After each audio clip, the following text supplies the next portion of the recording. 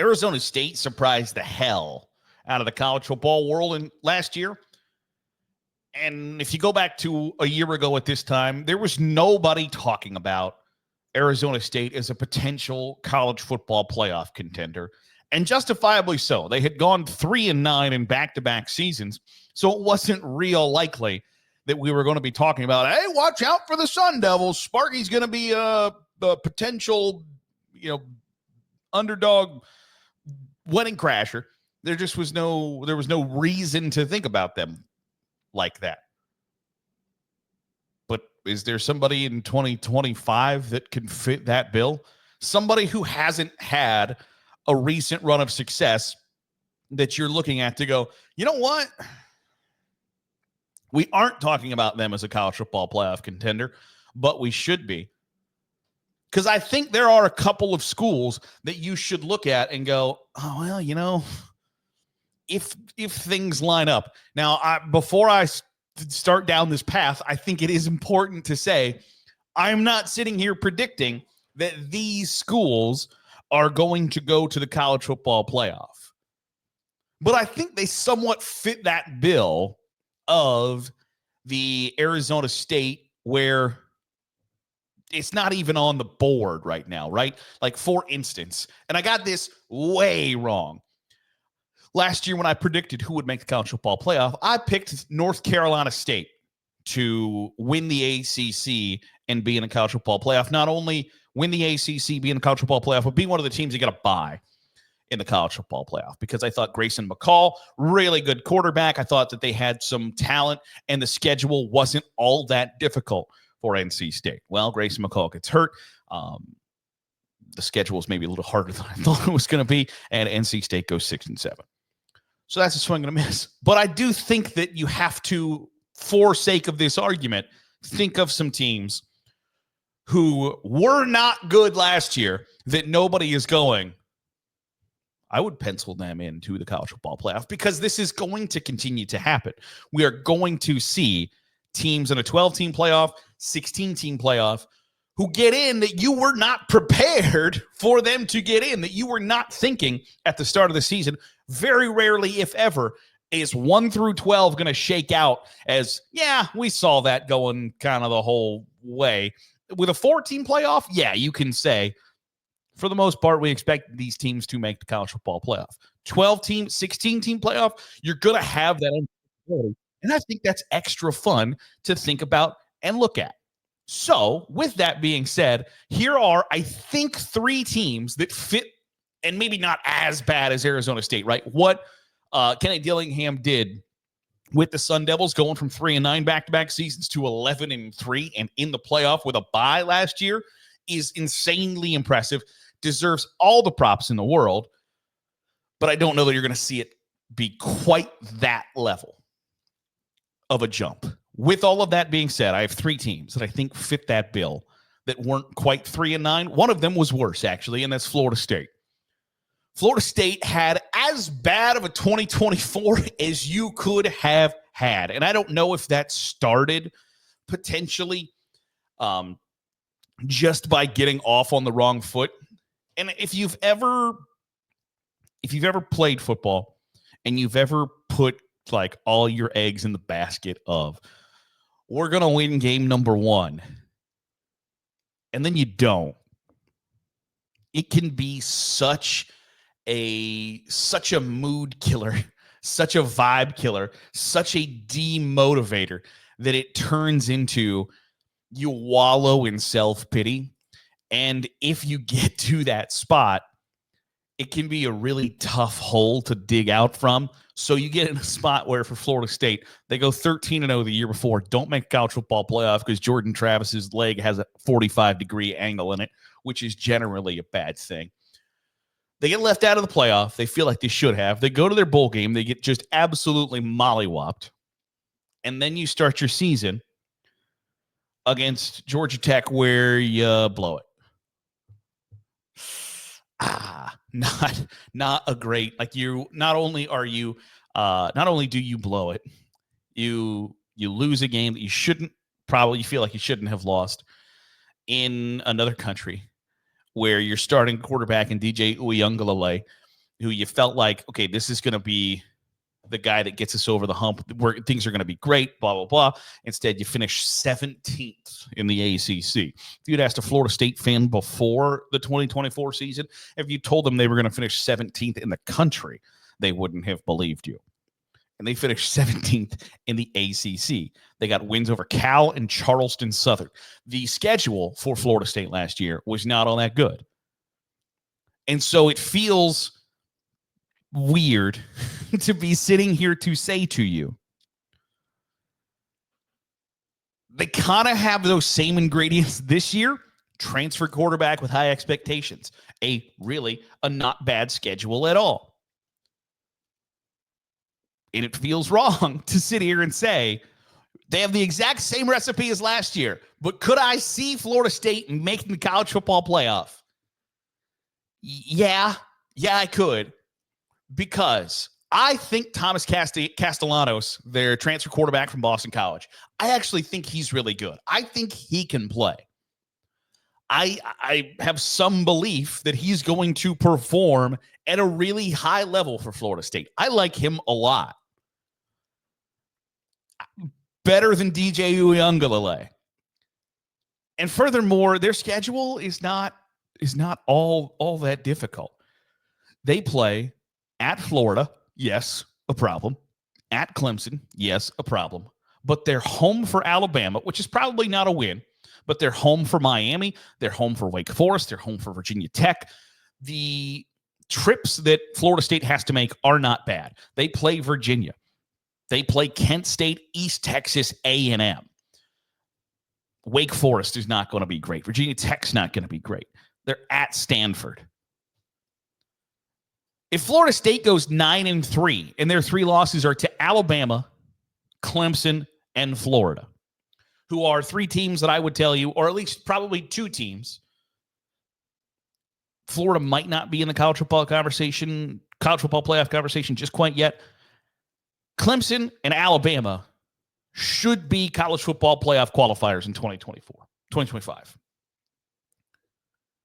So if you go 9-3 and 2 of your losses are against teams who are also going to be in a college football playoff field, that to me feels like a team that is likely to make the college football playoff. Again, not saying it's going to happen. I'm just here to tell you that I think it could happen. That it would fit the bill of nobody's talking about Florida State, just like nobody was talking about Arizona State. I think that it's not likely by any stretch of the imagination. But could I see it playing out? I think crazier things have happened. There's another team in the Big Ten that I think could fit this bill, and I talked about them yesterday, and that's Nebraska. Now, Nebraska went 3-9. They were 7-6, but Nebraska is somewhat in that same camp of Florida State, not with the transfer quarterback, but their quarterback, Dylan Raiola, is going to be really important to their success. He's going to be another year smarter, conceivably, another year wiser, another year developed. And like Florida State, Nebraska's schedule, their non-conference is Cincinnati, Akron, Houston, Christian. So you're 3-0 conceivably. At worst, probably 2-1. When you play Michigan at home before a bye week. Nebraska doesn't play Ohio State. Nebraska doesn't play Oregon. Nebraska doesn't play Illinois. Nebraska doesn't play Indiana.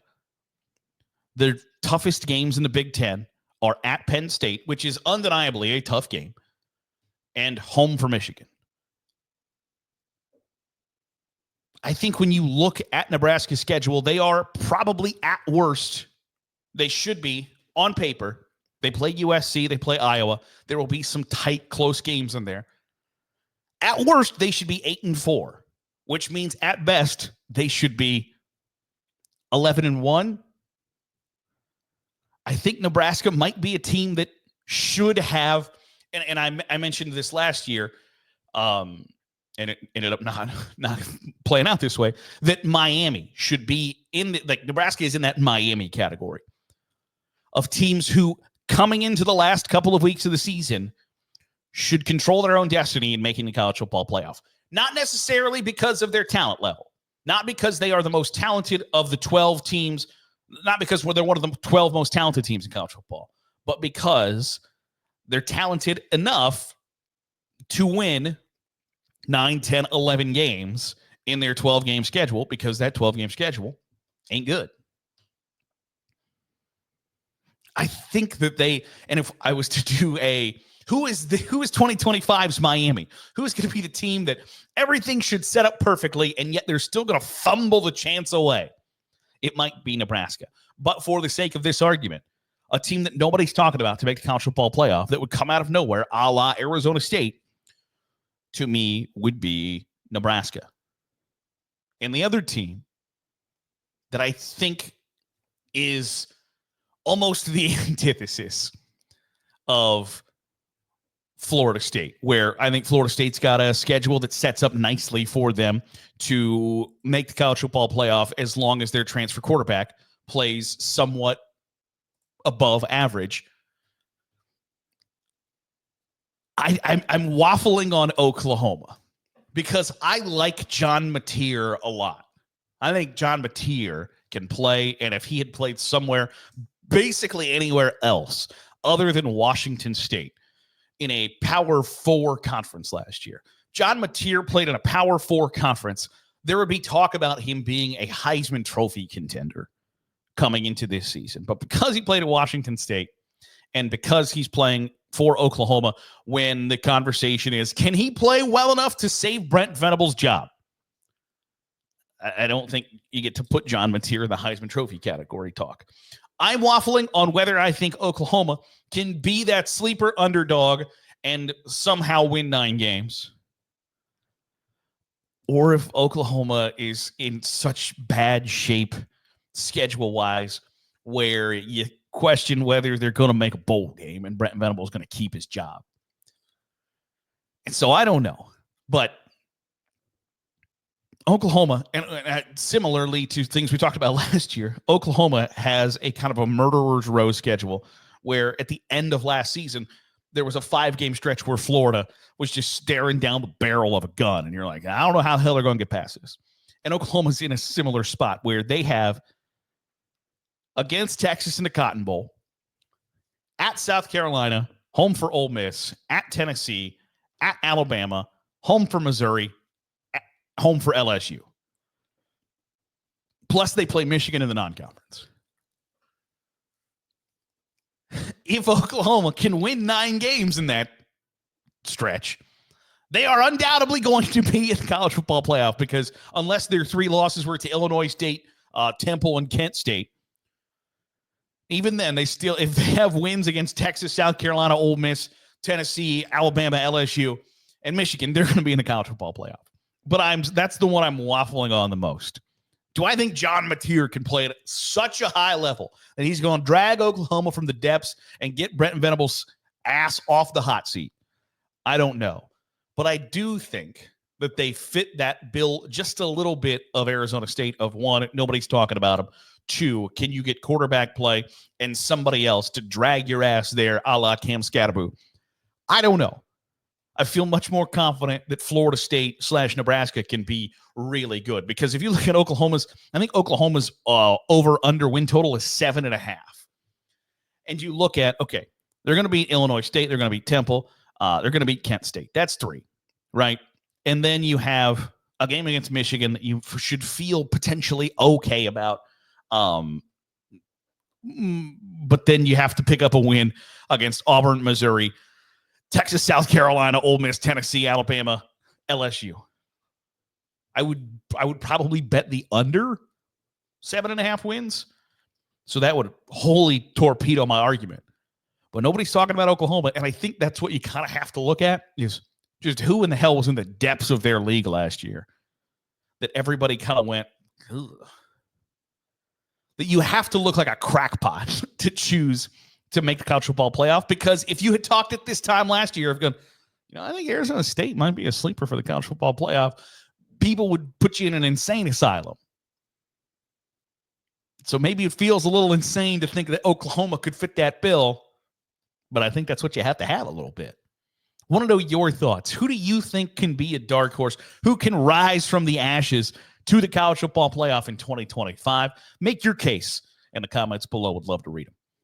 That'll do it for today's episode of the Daily Huddle. I appreciate you making us a part of your day, however it is, wherever it is you're doing so. If you're watching on YouTube, hit the subscribe button. Make sure you're getting all the great college football content we're pumping out. If you're listening on the podcast feed, drop a 5-star review. It goes a long way in helping out the channel. I'll see you tomorrow for another episode of the Daily Huddle.